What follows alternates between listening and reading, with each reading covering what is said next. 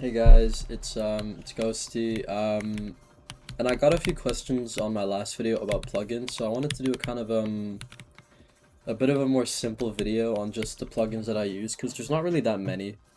Before there used to be quite a lot, but a lot of it has just been streamlined due to the very talented plugin creators. And I do want to shout out everyone who has made plugins. I'll try get names and stuff. I'll try to link the discords in the description because what they do is so helpful for everyone. And yeah, so let's just start with this.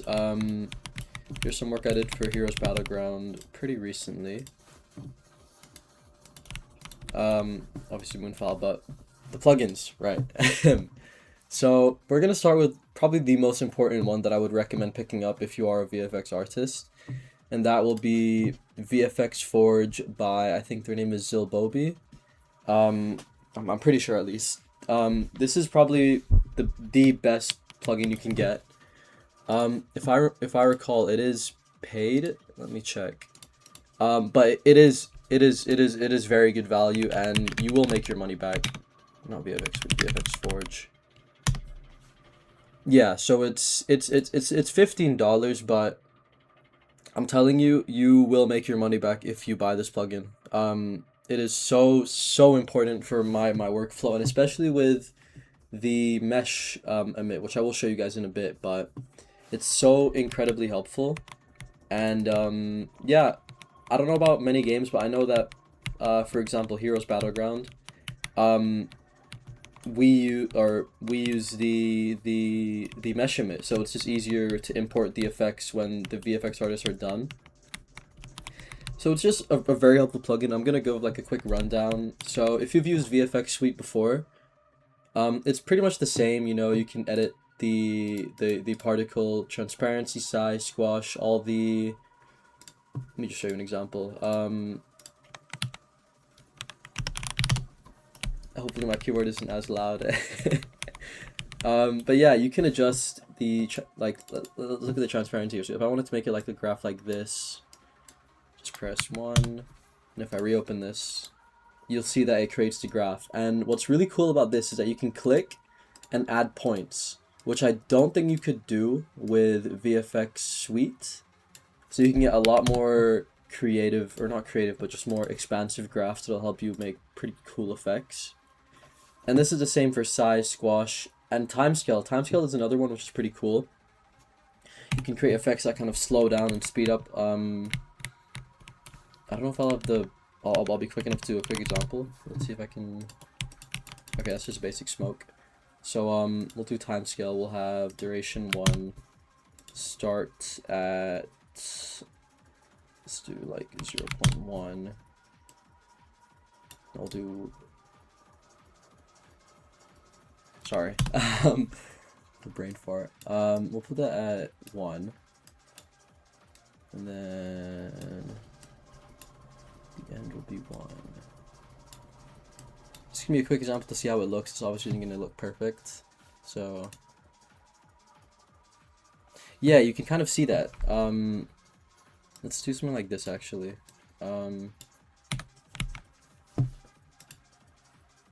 Yeah, you can get like really cool slow-mo effects. This is especially useful for cutscenes and stuff. And VFX 4 just makes it very easy to do. Like before, I had an old effect which was for Heroes Battleground as well. It was one of the finishers, I think. And the smoke and rocks had to slow down when the player character landed, so I had to do like a little script where it's like adjusting the time scale over here. But yeah, there's a lot of other cool stuff. For example, the mesh emit, which is probably my favorite thing about this plugin. You can, emit emit meshes, which is very helpful. You can even enable them with the attributes here. So, oops, hold on. And then, yeah. So it's very helpful. This part is very easy, just to start and end. If I had the time, I would do a full like VFX Forge tutorial, but it is a very very expansive plugin. and there is already documentation on it. The guy who created it is extremely helpful in the Discord server. He's very active. So if you guys ever have any questions, I would recommend going there, and I will link it in the description. So yeah. Also, this is a very another helpful thing that VFX Suite provides. So let's say you're working on something in Moon, which I will show you guys later. It's another very good plugin. Oh, not that. Do the dash. So yeah, if you want to emit all of this, you see how I don't have any of the particle emitters added into Moon. It's very clean, very simple. That's because we're using events. So in events, you put the line of code. So whatever you select in the Explorer, it'll emit everything that is a child of it or a descendant of it. So if I grab this folder, then copy ARM, it'll emit everything under the ARM folder. So yeah, it's really helpful, and it makes working so much faster and so much more efficient. I cannot stress how helpful this plugin is for just working on commissions. It just saves a lot of time, and it's just very helpful. So yeah, there are some other cool things. I'm gonna just show you guys some more stuff.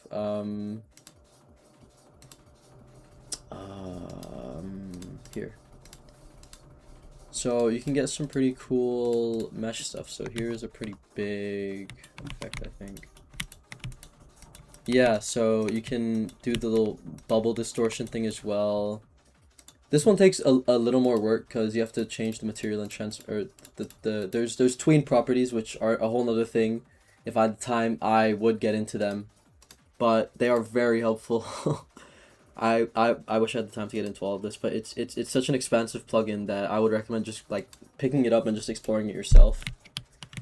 Yeah, you can get really big effects, lots of very cool stuff. Also, there's flipbook support for meshes, which is also very cool. But I'm trying to think if there's anything else I could show you guys. So there's emit, attributes, curve editor, shifter, which is, I've honestly not really used the shifter much. I don't know why it disappears. But I think you can just multiply or divide and maybe just add duration to your effects, I think. I don't know. I'm not entirely sure. That there is probably documentation on it, but there's the copier, which is very important. You can just copy properties from one thing to another. So let's say I've selected a particle. No, that's not a particle. Here. So if I wanted to copy the color, size, or whatever, and let's say if I have like done something cool with the timescale, I think it would copy over, which, you know, that's great. Retime and resize, these are also very important. If I wanted to make this effect like 2 times bigger or half the size, you know, I have the option for that.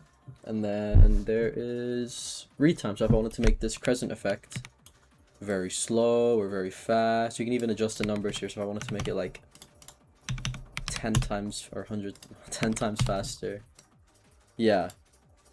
So I usually just keep this at 0.5, 1, and 2, because most of the time you're gonna want to be either halving your effect or making it 2 times as fast.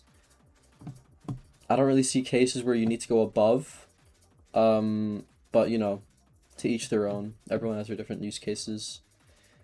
Mesh, flipbook, importer. This is pretty much how you do it.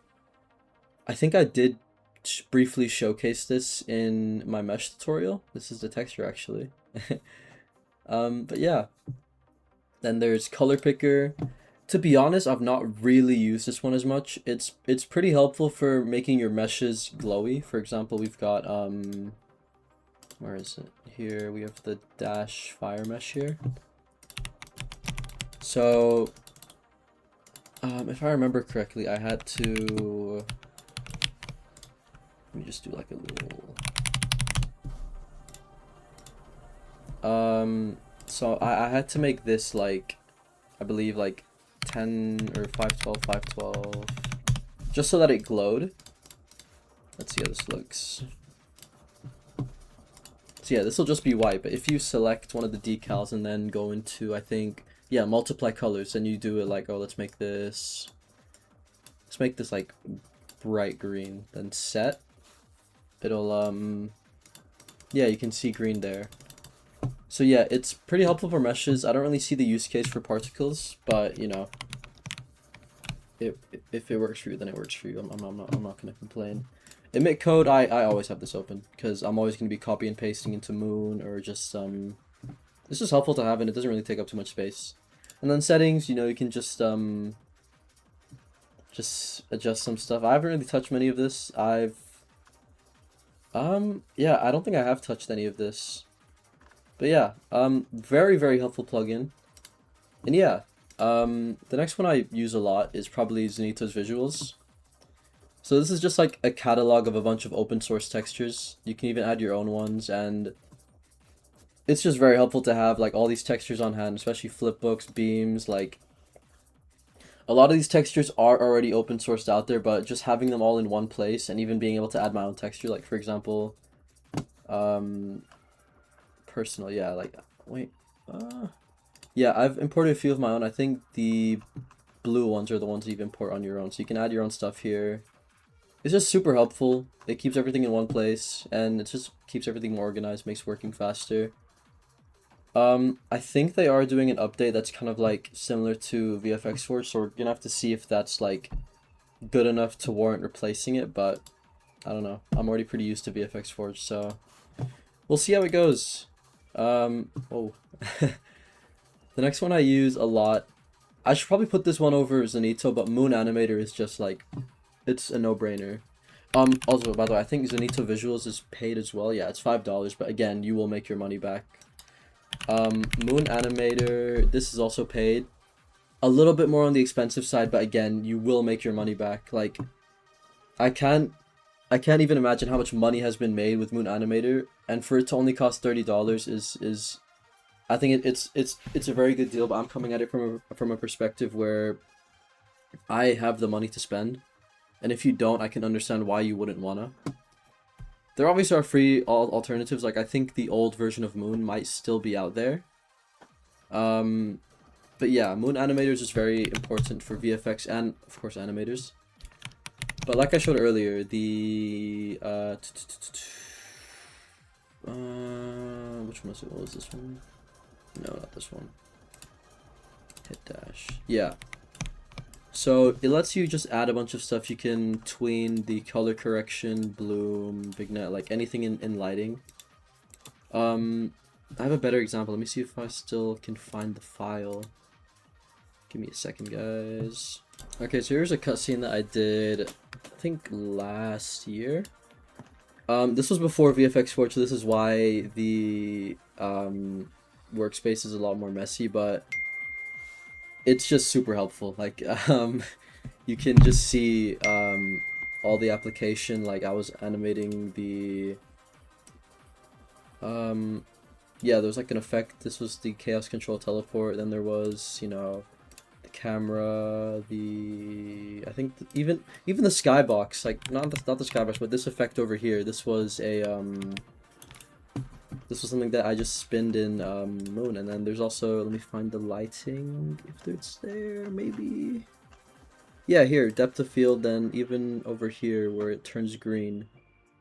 This was a, I believe it was somewhere here, it should be color correction. Yeah, here we go, color correction, so.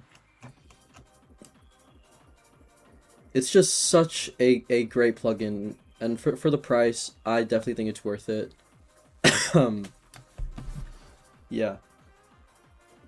Hold on, guys. Give me a second. Okay. Sorry. Yeah. Just a very helpful plugin. I don't really have much else to say about it. Especially for big work like this, where if you're trying to do like a very ambitious cutscene.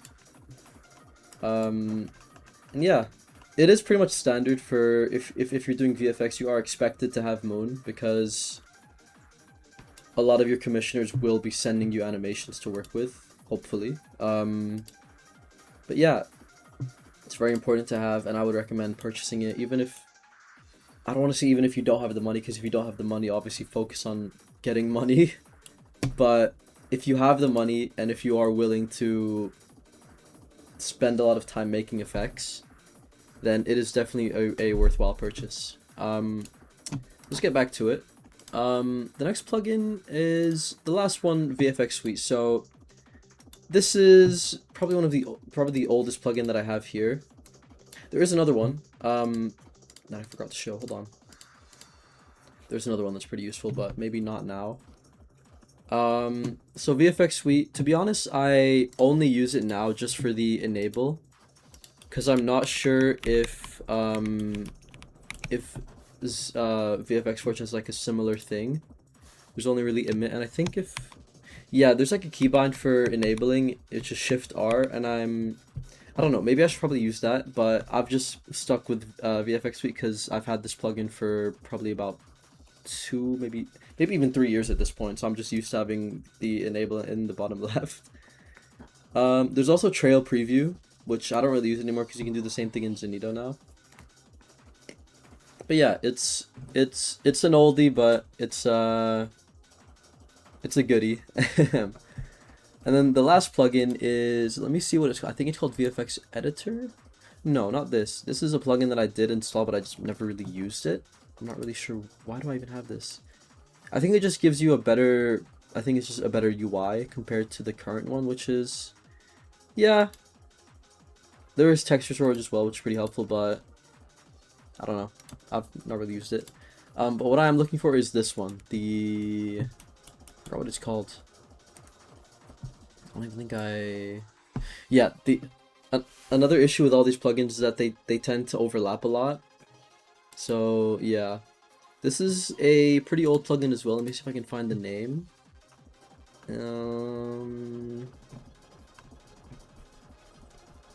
It's yeah, ROS Particle Editor. Last updated 2022. So oh my god, 4 years. Pretty old. But yeah, it's just a better way to adjust the graph. But obviously with VFX Forge's very extensive curve editor, it's maybe redundant, but I like to use it because it's nice to just be able to grab the individual points and add envelopes at certain points. I'm not sure if you can add specific envelopes here. No, you can only have like a set envelope, I believe. Like if I do 2, then I can't make it like, oh, what if I want the envelope to be here to be like down, or you know. But yeah, overall, it's not a plugin that I will use, you know, constantly, but it is something that I just like to keep there just in case I do want to, you know, do some minor adjustments. But I think that is it for all the plugins that I use. I try to keep my workspace very clean, so I like to just try to organize everything so I can see everything while also just not taking up too much space on the screen, because obviously when you're making an effect you want a lot of screen real estate so you can see what you're making. So obviously you don't want the whole screen to be taken up. So I'd recommend just having the curve editor be the biggest thing here. Sorry. And yeah, I think that is it for the video. If you guys do want a more extensive breakdown on VFX Forge or any of the plugins shown in this video, then do let me know, because I would be willing to, but obviously I'm not, I don't think I'm even that great at VFX Forge. Like, I've seen a lot of really cool creations with people who've used it before. And I think maybe the coolest thing I've done here is like just a simple, yeah, does this even work? Like, this was supposed to be like a projectile thing. Maybe it works here. No. So my coolest thing doesn't really work anymore, so yeah. I'm not the best at it, but if you guys would want me to explain things, then do let me know. I would be willing to try. So yeah, there's a lot of cool things in VFX Forge that I would be willing to show, and I could even do like a Moon Animator breakdown as well. Like, you can see all this stuff. There's just so much stuff to work with. And yeah, if you guys found this video helpful, then let me know in the comments. Let me know if you have any suggestions, or if you want to know my keyboard name or music. But yeah, let me know what you guys thought. If you guys liked the video, then, you know, like, subscribe, to all the stuff. I don't really care about subscribers anymore. But yeah, thanks for watching, and I hope this helps. If it did, then let me know. But yeah, I hope you guys have a good rest of your day, and thank you for watching, and yeah.